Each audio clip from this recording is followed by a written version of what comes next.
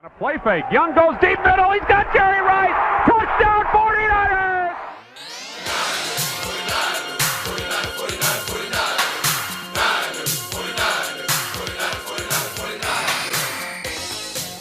Welcome to another edition of the 49ers Family Podcast, where three generations of 49ers fans break down the game each week and hear from Grandpa Mike as he shares personal experiences since he became a fan in 1949.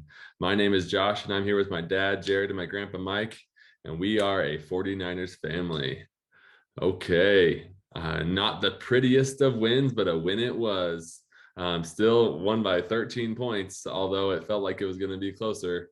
The defense stepped it up and came out with a W. Grandpa, how are you feeling? What are your initial thoughts and takeaways from the game? I feel great because it's a win, and really that's all that matters. But for most of the day, the offense was asleep, and then they hit the snooze button. I mean, and I was concerned actually going into this game because of the busy week that we had prior. And just to refresh, we flew to Colorado Springs for 3 days to get acclimated to the thin air, the altitude in Mexico City. And then we flew to Mexico City. And then the team actually has some obligations. They had to appear in a couple of places in Mexico City to promote. And then there was the game, and the game was great. I mean, the following of Niner fans was phenomenal, but it was a Monday night game, so we lost a game or a day during the week. Mm-hmm. And then there was Thanksgiving during the week too. So I was worried that, we didn't have a lot of time, and we've made a couple of trips. And sure enough, we scored one touchdown, and it was on a tipped pass. Yep. It was fortunate we scored it. So once again, we were 1 for 3 in the red zone. And for the year, we're 20 for 36, which is 55%. So it's like half the time we get to the red zone, we score. And that's not good. That has to improve. So we scored 13 points against a 4-7 team. It's the offense was not good, but the defense was awake, and they were spectacular. So, all year long, we've kind of been saying off and on that we have the top rated defense, and most of that, there's different ways to measure it. Most of that has been based on yardage.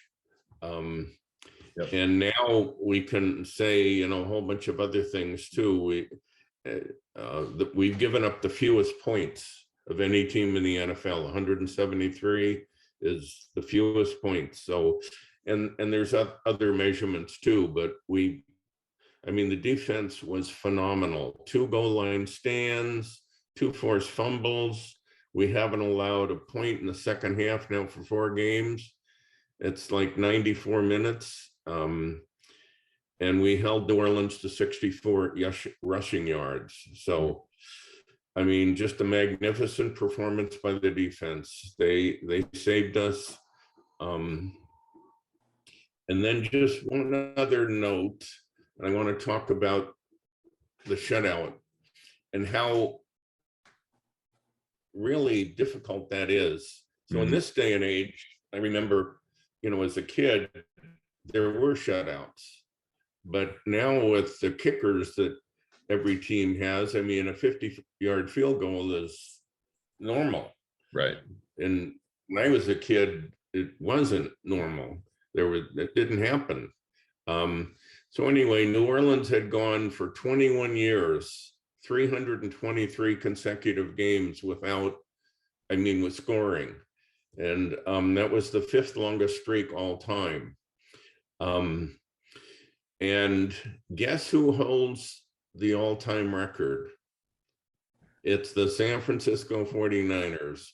So we went from 1977 to 2004, which was 420 games of continuous scoring. So we hold that's one of the records we hold. So that's kind of neat. That's kind of neat. And just real quick, Grandpa, I think that stat of the Saints, the last time that they were shut out previously, correct me if I'm wrong, but I think I saw it was actually the 49ers that held them scoreless in that game. Correct. That's right. Yep. In fact, we've shut the Saints out 4 times. Even going back further than that, but then they got Drew Brees, and it was you're not going to shut down Drew Brees. But anyway, we won the game. We gained a game on Seattle, and that's all that counts. So I'm stoked. Yeah, no, a win is a win. Sometimes it's the defense, sometimes it's the offense. Ideally, it's both. But this game, the defense made those stops. 2 times the Saints were within the 5-yard line, or at least within the 10-yard line, and both times they came away with nothing. That as an offense and a fan base, I have a lot of friends actually that are Saints fans because I lived in Houston for 4 years, and a lot of those guys are either Texans fans or Saints fans, because there's a lot of people came over after Hurricane Katrina, and I was just thinking about all my Saints friends, like, just have to be dying that they got within the 10-yard line twice, which could have been 14 points and could have won them the game. Exactly. But yeah, the defense stepped up in a huge way. It was awesome to see. Dad, what were your takeaways, thoughts of the game? I was happy, obviously, with the win. That was first and foremost. It would have been nice to see the offense do a little bit more. The defense stepped it up, like Grandpa said. Takeaways, though, I just, off the top of my head, we still won by 13 points. That'd be like winning. If we won the game 30-17, right, we'd be going crazy. A 13-point win in any NFL game is actually a dominant win. It's kind of a unique perspective. We shut them out, and we only put 13 points on the board, a couple of field goals and a touchdown. So that was a little disappointing. But I think we have still a lot to build on. I think Jimmy had a good game. Overall, he didn't have much time in the pocket. Our interior line was the problem. That pocket was collapsing from the inside instead of coming from the outside. It was coming up the middle, and Jimmy does not do well in a rush, and he just didn't have time to get rid of the ball and go through his progressions like he normally would. So that changed us. We didn't run the ball a whole lot. We passed quite a bit. But Jimmy had 8 different receivers involved in the game. That's huge. He's spreading the ball around. Offense, if we can secure that line, we need a little more time, I think we're going to be okay. So I'm happy with the win, because every win counts. Every game's a dogfight. And any given Sunday in the NFL, honestly, any team can win. So we don't make it look too easy. I like when we make them look easy. So I'm looking forward to having an opportunity to slow down those Dolphins. And if our interior of our line, I guess we had as a Burford's hurt, so I think Brunskill's going to fill in for him. Hopefully we get a little more support on the interior line, and Banks and Brendel. They do their thing. So a lot of good things to take away, but offensively, we didn't really get to move the ball as well, and we didn't convert in our red zones. And the last thing is, which was huge and could have changed the whole entire game, is turnovers. We had 0 turnovers, 2 takeaways. Had we turned over the ball, and there was that 1 interception and other potential turnover opportunities to give away the ball, but we kept the ball. If we keep the ball, we are positive in our turnover ratio, I really believe we can win any game. And we need to have more takeaways. Hafunga's hit and that takeaway right there on the 1-yard line in the red zone for the Saints was humongous. Yeah, it was awesome. So super good. I think that's going to really fire up the defense more. The takeaways, I think it actually becomes a contagious thing. The players start taking away the ball. It it encourages or just inspires the rest of the team defensively to be looking for those opportunities to hit the ball like that. So I couldn't agree more. I think you made a lot of good points, especially that turnover margin is huge. I think the two biggest takeaways from that game or / ways to quickly lose games in the NFL is red zone offense and then turnovers on defense. Unfortunately, we didn't convert as many red zone opportunities as we should have. But yes, we were net, too positive in the turnover margin, which made all the difference. Even right off the bat, they drove 15 yards and we got a fumble already, which we didn't convert that one into a touchdown, but we did convert it into 3 points. And even that would have been enough to win this game. What I thought that was awesome to see, not necessarily surprising, kind of, but awesome to see is how the Niners defense, even though they were bending, and honestly, the Saints looked to move the ball easier on our defense than we were moving on their defense. We came out with 13 points. They came out with nothing because the defense, they never broke. Even when they got within the 10-yard line, it was still all out effort. It was punching the ball. You could tell even late in the game when they would have scored or when they could have scored and it wouldn't have really mattered. I mean, they could have got an onside kick and made some magic happen, but the chances of that are slim. But even then, you could tell that they did not want to give up anything. They didn't want to let them score, and I thought that was awesome. They were passionate. So New Orleans had the ball inside the 49er 44-yard line 5 different times. Wow. They had it inside the 30 3 times. They got nothing. Yeah, that's huge. Great defensive effort, and it was passionate. I mean, they were fighting. It was, we have a great defense. We sure do. As far as kind of what jumps off the box score, I can go first because I want to highlight. We mentioned him a couple times on this podcast, but this game, he really was a difference maker. Juwan Jennings was huge, especially on that one drive.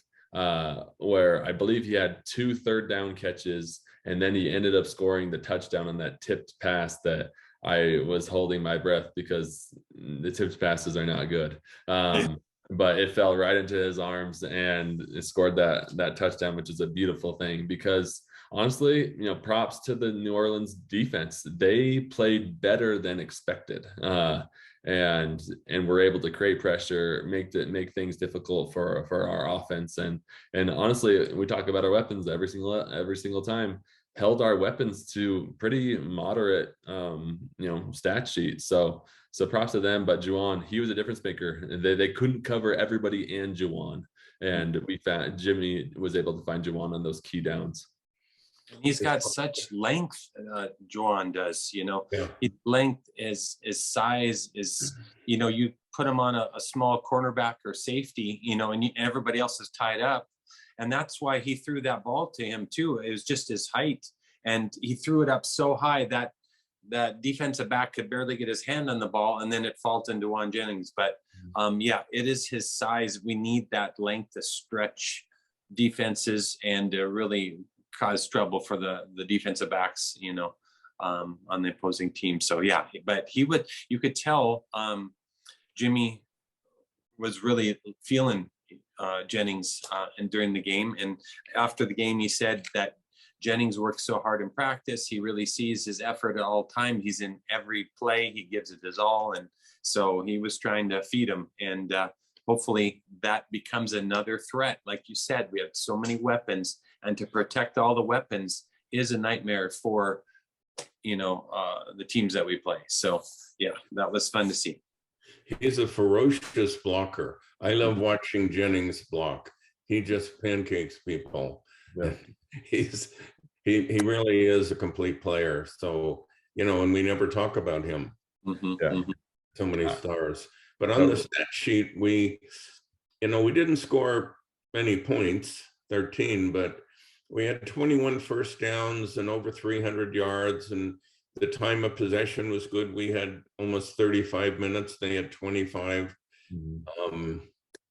So we just didn't score a lot of points, but it's coming. I mean, we'll talk about the Dolphins in a bit, but yeah. Well, and then I guess just reactions. It seems, and we always talk about how Kyle Shanahan is really good with spacing and kind of the scheming of the offense and getting guys open. It obviously, it just logically makes sense that that would be maybe a weakness of his in the red zone because there's less space to work with. Right. And everybody is a little bit more clumped together. And like you said, Grandpa, at the beginning, not a great year for our red zone offense. I kind of expect that to get better. I hope it can get better. I know people on Twitter and other things were saying that they need to bring in, like a red zone specialist or do some really just looking around the league and borrowing from other people's packages that they do within the red zone, because we have the best fullback in the league. We have, Elijah Mitchell, we haven't mentioned yet, but he is probably going to go on the IR again with another MCL injury, unfortunately. But we still have Christian McCaffrey. We have Jordan Mason that showed out. He also played really well this game, 5 yards per carry. And then we have all these weapons, but yet we can't do anything in the red zone. It's super, super frustrating. And you got to believe that it's a play call that is maybe sure. the best play call. The guy that might make a difference, and I'm hopeful he will, is Jordan Mason. He's 5'11", 223, and they call him a mini Marshawn Lynch, which is quite a compliment. He's actually bigger than Marshawn Lynch. Marshawn Lynch was 5'11", 215 or something. He's 223. So we need, to get that last yard. It's so difficult, and Jordan Mason might be the guy. So he's gonna play. Mm-hmm. What we have, what I see happens, we try busted up the middle, and our run blocking has not been good this year. And back to our interior line, we have struggled. Let's just be honest. So, and that's when we're trying to punch it up the middle, and it's like hitting a wall. I mean, we can't get, we're 4th and 1 and we can't do anything, Yeah.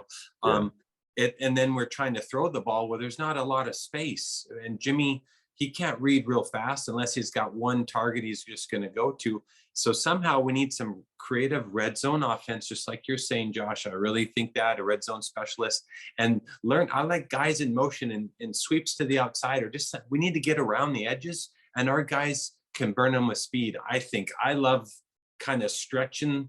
And also that it's interesting about the Niners. I saw a stat where the way we line up as a line, we're very close together. There's measurements for just our formation traditionally, and that's the spacing between our center, guards, and tackles. That's that lineup, and just the way we run the ball or typically line up, we are a very tight formation. Other teams have tremendous space in between, but because of that tight formation, it's a lot of bodies in there, and we need to get people outside. We just need a little bit of tweaking. We have the playmakers, but traditionally, running it off guard or off tackle is really hard, and it's hard to pass. I want to get us outside.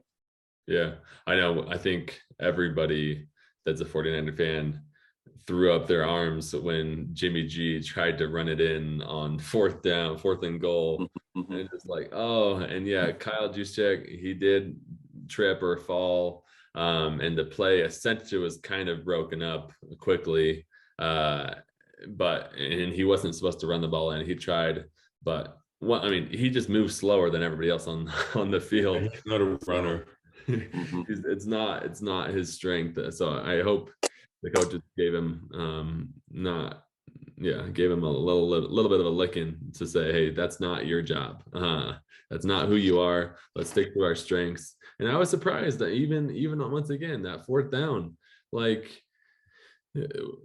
we have weapons. Give it to Debo. Give it to Christian McCaffrey. And yeah, I think we will start seeing Jordan Mason. Grandpa, I think that's a really good point. He is more of a bruiser. He runs with literally his head down. He is like a battering ram and falls forward. That's how, once again, he was able to get 5 yards of carry, because when he's falling, he's gaining yards. Mm-hmm. For sure. Yeah. But yeah, once again, won by 13 points. The spread was like 9, I think. 9. Yeah, it was 10. 8.5, 9, 9.5, bouncing around all week. So I mean, beat the spread. The Niners covered, which was, always impressive. Just not the way that we really expected it to go down. Right. But it's a team sport. Yep. Okay. Any last thoughts on the Saints game? Well,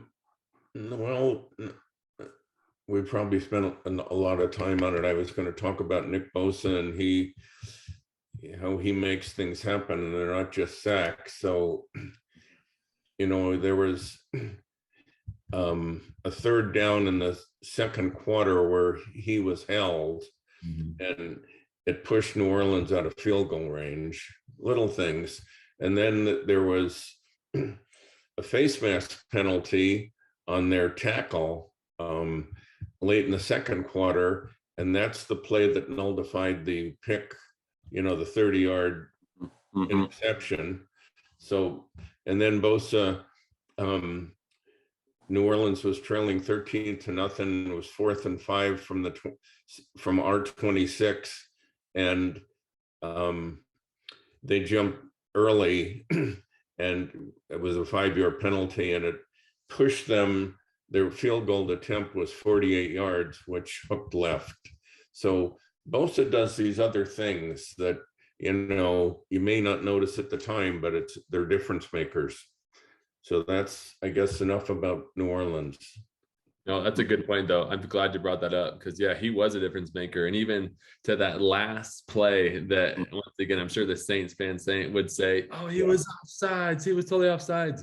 If you watch it slow motion, he timed the ball. The ball moved and he moved at the exact same time, which is maybe a little bit of luck, a little bit of skill. But, hey, the people that work harder seem to have more luck, is what I've heard. So it's really, I mean, he's just such a difference maker, and I'm excited. We'll get into here shortly. I'm very excited to see what he does this week, because word has it that the Dolphins might have a weakness on the edge of their offensive line. Yep, I heard about that. They do. All right.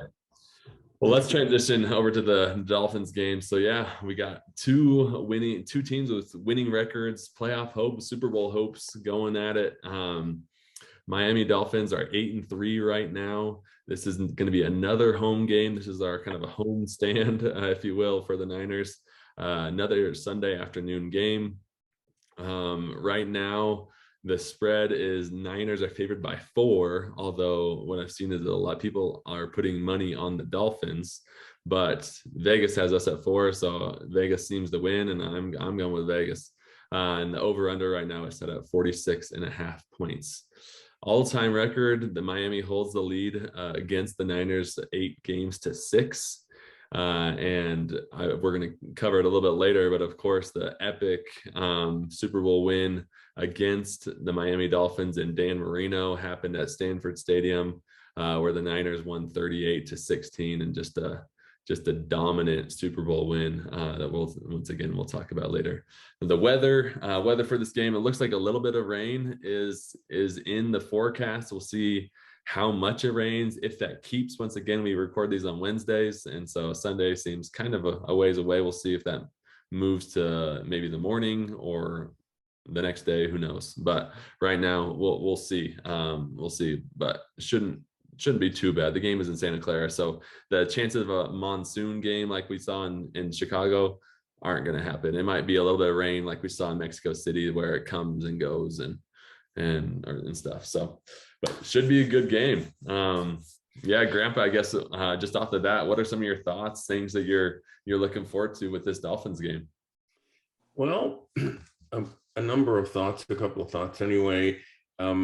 We have a connection with Miami. I mean, a lot of our people are now on that side of the field. Yep. The head coach, Michael McDaniel, was with the Niners for 5 years. and he was our run game coordinator. And last year he was our defensive or offensive coordinator for Kyle Shanahan.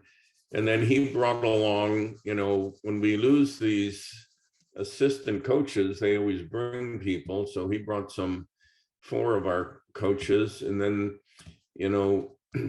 Raheem Mostert signed with them as a free agent during the offseason. And then we traded Jeff Wilson. So that's their running backs. And then they have a couple of other players that play a little bit, 2 wide receivers. So there's, a San Francisco flavor on that side of the field. We don't play Miami, but every 4 years. So it's, it's rare. We did play him in Super Bowl 19. I'll talk about that later. And Tua, he's got 2 speedsters. Yep. Tyreek Hill, who already has over 1,000 yards receiving, and Jalen Waddle, who is approaching 900 yards. Tua he doesn't need a window. He just throws the ball. These guys run 4-3 or whatever it is, and he just flings it out there and they run under it. And they are prolific. I mean, they can score a lot of points. So this is going to be a test. It's going to be a test for our defense, certainly. So this is a defining moment in our season. It really is. Dad, what are some of the things on your mind as you think about this game? Let's see. Thinking about this game is they scare me in the air. So I'm just worried a little bit about our secondary. I think we'll get a lot of pressure on Tua. He's a left-handed quarterback. It'll be interesting. So he'll be staring right at Nick Bosa's eyeballs as Nick Bosa's coming off that side of the line. Instead of being the blind side tackle or coming from that direction, Bosa will be coming right at him on. So, but I worry about their air attack. I think we'll stop the run very nicely. I just worry about our secondary. They have such speed. So that's where I'm worried. We just have to beat them on the line defensively so we can get some coverage sacks, if you will. That's my number one thing is just putting the pressure on them, and our defensive backs have to step up with Ward and all the whole crew, Hufanga. I think they'll do well, but they're going to have their work out for them with just a lot of speed. And that's what Miami's known for, just being a very fast, very quick team. So we got to contain them and stop them in the secondary. And it's going to be very interesting. Yeah. Those are my. Yeah. As far as injuries go, the injuries, of course, always impact the game, and especially the better the player, the more impact that they make. We talk about Nick Bosa. On the Dolphins side, their kind of best tackle, if you will, is Terran Armstead. He has a pec injury, and apparently came out today that he's not going to have surgery and hasn't been ruled out to play Sunday versus the 49ers. Although if he does play, how effective would he be is kind of the question, especially against a guy like Nick Bosa. And then their other right tackle is, and I can't find his name right now, he's also either questionable or out. You guys correct me if I'm wrong here. But then as a unit, they are the 31st out of 32 ranked offensive lines. So obviously a weakness there. And their strength being, yes, Tua is having a great year. Wide receivers are, super threats. But as well noted in how Kyle Shanahan and John Lynch build these teams is the foundation of a solid, deep defensive line, which, once again, talking injuries, our own Eric Armstead is in line to hopefully play this game against the Dolphins. So strengthen that interior and draw attention. What he does really good is not only run blocking, but just drawing attention, which pulls attention off of Nick Bosa, because if that guard has to look this way And then this way, by the time he looks to the second guy, he's gone. And so it's well documented that having Eric Armstead and Nick Bosa on the field at the same time is huge against an offensive line that is already weak. It's gonna be an interesting game, to see the line right now at 46.5 points. That means, if it's a tie game, 24-24, they're not, especially with a 4 point spread, they're not, meaning Vegas is not expecting a high scoring game like the Dolphins have been able to do on a lot of teams. We have a good defense. It's going to be a matter of, once again, can our offense take advantage of their opportunities? And then 2, can our defensive line slow down this high powered offense? For sure. Let's bring it on. I'm ready. It should be a good one. One more thought. Mike McDaniel, of course, was brought up under Kyle Shanahan really the last 5 years. I think he started working for Shanahan back when even maybe they're on the Texans or something long time ago, as an analyst, and then kind of just kept going up and up and up, enough for Kyle Shanahan to promote him to offensive coordinator, which, even though Kyle Shanahan was calling the plays, Mike McDaniel was his kind of, in his earpiece saying, hey, let's do this, we need to do this, we need to switch it up. And it was kind of Kyle Shanahan plus, and has taken a lot of that over to the Dolphins, and is calling one heck of a game these days. And so a lot of props to him, and obviously wish him all the success besides this game. But even Kyle Shanahan in his presser today or yesterday, really was kind of glowing, talking about Mike McDaniel. You could tell that he still loves the guy, sees him as a great friend. And he mentored him. He's the reason why he's a head coach, because he gave him opportunities. So last year, McDaniel was the guy that suggested they put Debo in the backfield. Wow. That came from him. And he's got a great story. I won't go into it all now because it's too long, but he went to Yale and he lived in Colorado, and he showed up at the Broncos thing and just was doing menial stuff, and he's worked his way up, and he's the players love him, and he's done a great job. So but we can score on Miami. So especially we can throw on them. Their DBs is their weak link. Their offensive line and their defensive backs are the weak link. So. Okay, I love that idea. And we throw well, and we use all those targets. So that would be great. And our interior line can hold and protect Jimmy. I think it'll be awesome.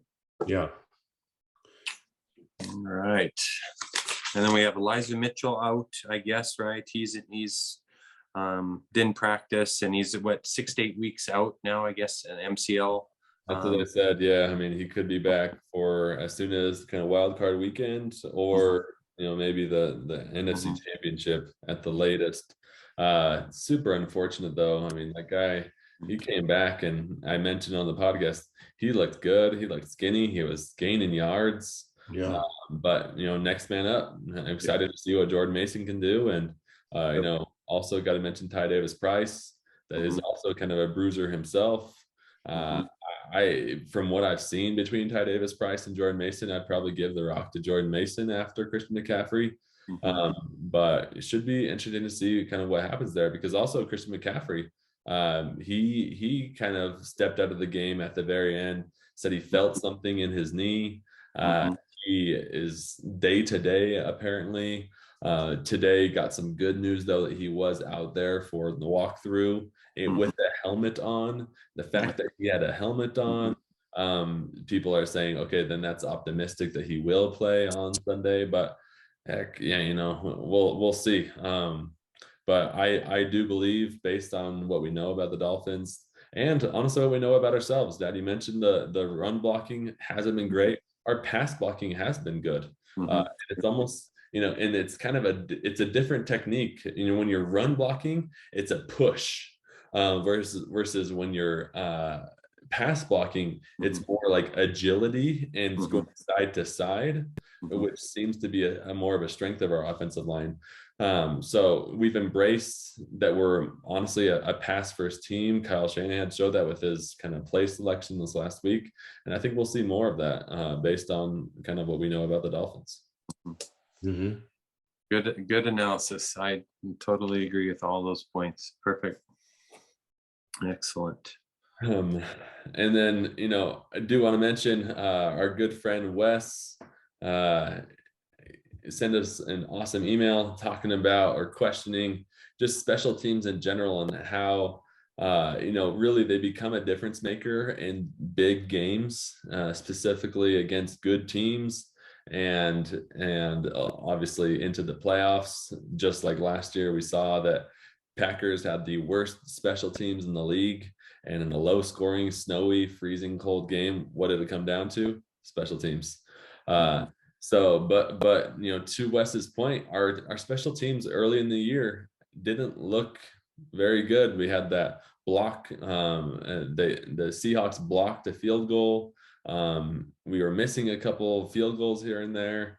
Some bad punts, and even just our coverage. It was just like, what is going on? But is it just me, or do we think that we've seen some improvement there the last, 4 or 5 weeks? No, we're definitely improving, and there's some special teams is really a deep subject. It doesn't seem like it. It doesn't seem like they do much, but there's actually 17 different elements to special teams, and they're obviously involved in every kick. And we have a really good punter. He can place that ball. It's always inside the 20 and often inside the 10, which is a weapon in itself. We have gotten some kicks blocked.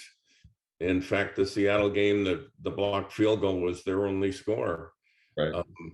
And so there's some real, faux pas, but I think they have gotten better of late, Josh.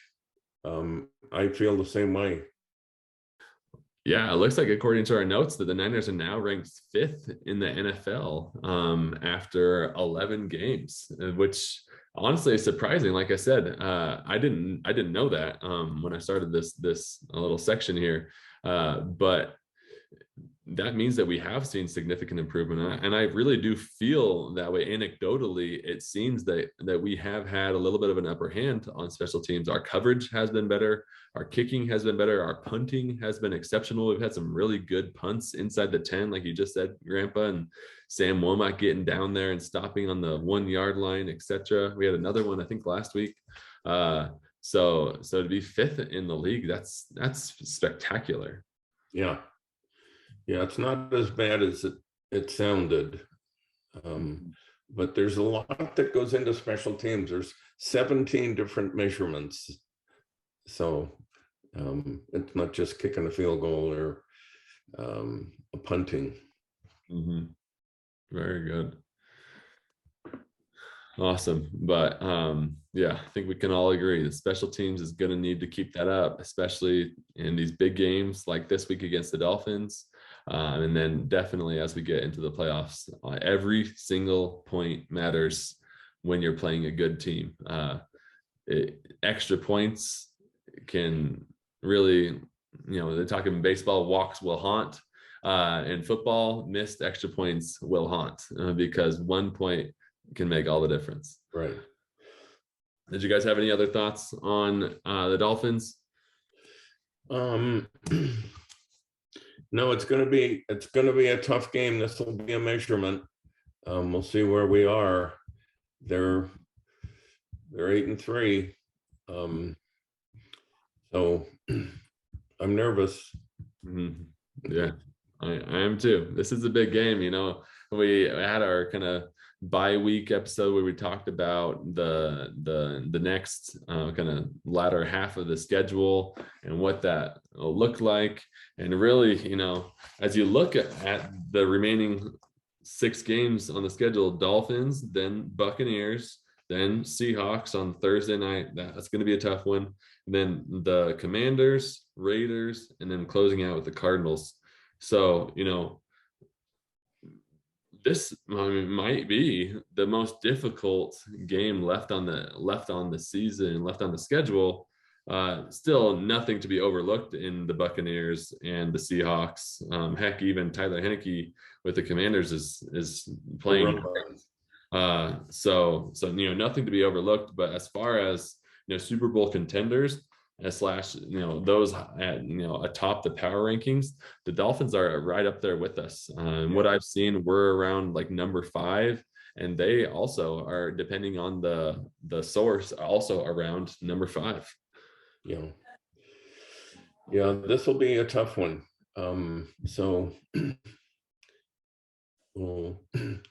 we will prevail. We will prevail. Yeah. Let's hope Vegas is right. Well, very good. Very good. As always, we like to finish our episodes with a story from Grandpa Mike. And being Dolphins week, we thought it would be fun to hear kind of where Grandpa Mike was during the Super Bowl, the famous Super Bowl of Joe Montana against Dan Marino. So Grandpa, what do you remember from the game and everything? Want to hear all about it.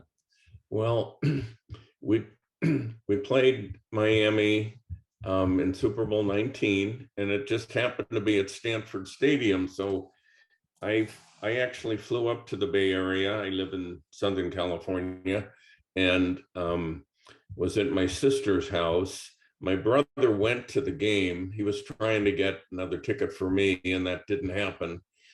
So I watched it on TV. But leading up to the game, there was all this hype for Dan Marino, who was just in his second year. And he passed for over 5,000 yards, and he had 48 touchdowns.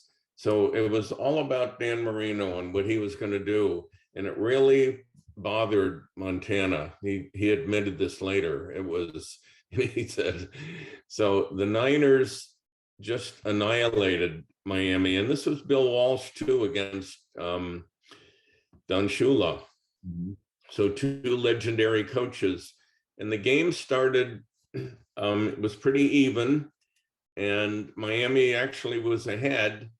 And then we came in the second quarter, I think scored 21 points, just beautiful precision drives. It was Joe Montana at his best. And we had, I forget the exact total, I want to say 500 yards. We had a lot of yardage, and we scored a lot of points, 38. And it was a very satisfying victory. And then a little later, my brother came home or came over to my sister's house in San Mateo, and told us all about, how it was at the stadium and how electric it was. It was a home game for the Niners, which was nice. So yeah, Super Bowl 19 was, and Joe Montana was the most valuable player. Roger Craig scored 3 touchdowns. It was vintage 49ers. So that's probably Super Bowl 24, when we beat Denver 55-10, was our greatest Super Bowl. But this was just precision, and I'll never forget it. That's awesome. As you're talking, pulled up kind of some more of the story and talk about second half shutouts that like our current Niners have been putting on. They shut out Dan Marino and that high powered offense in the second half. Right. He got sacked 4 times, I think, and he threw 2 interceptions. He was rattled. And yeah, it was beautiful. They had this thing called the Killer Bee defense, because everybody's name started with the B, and we just ate them alive. It was a great showing. That was the great Super Bowl. Super Bowl 19 at Stanford Stadium. Yeah. And then of course, kind of the thing that gets talked about a lot is that Dan Marino and the legend that he was, because he put up numbers and records and won the MVP award and such.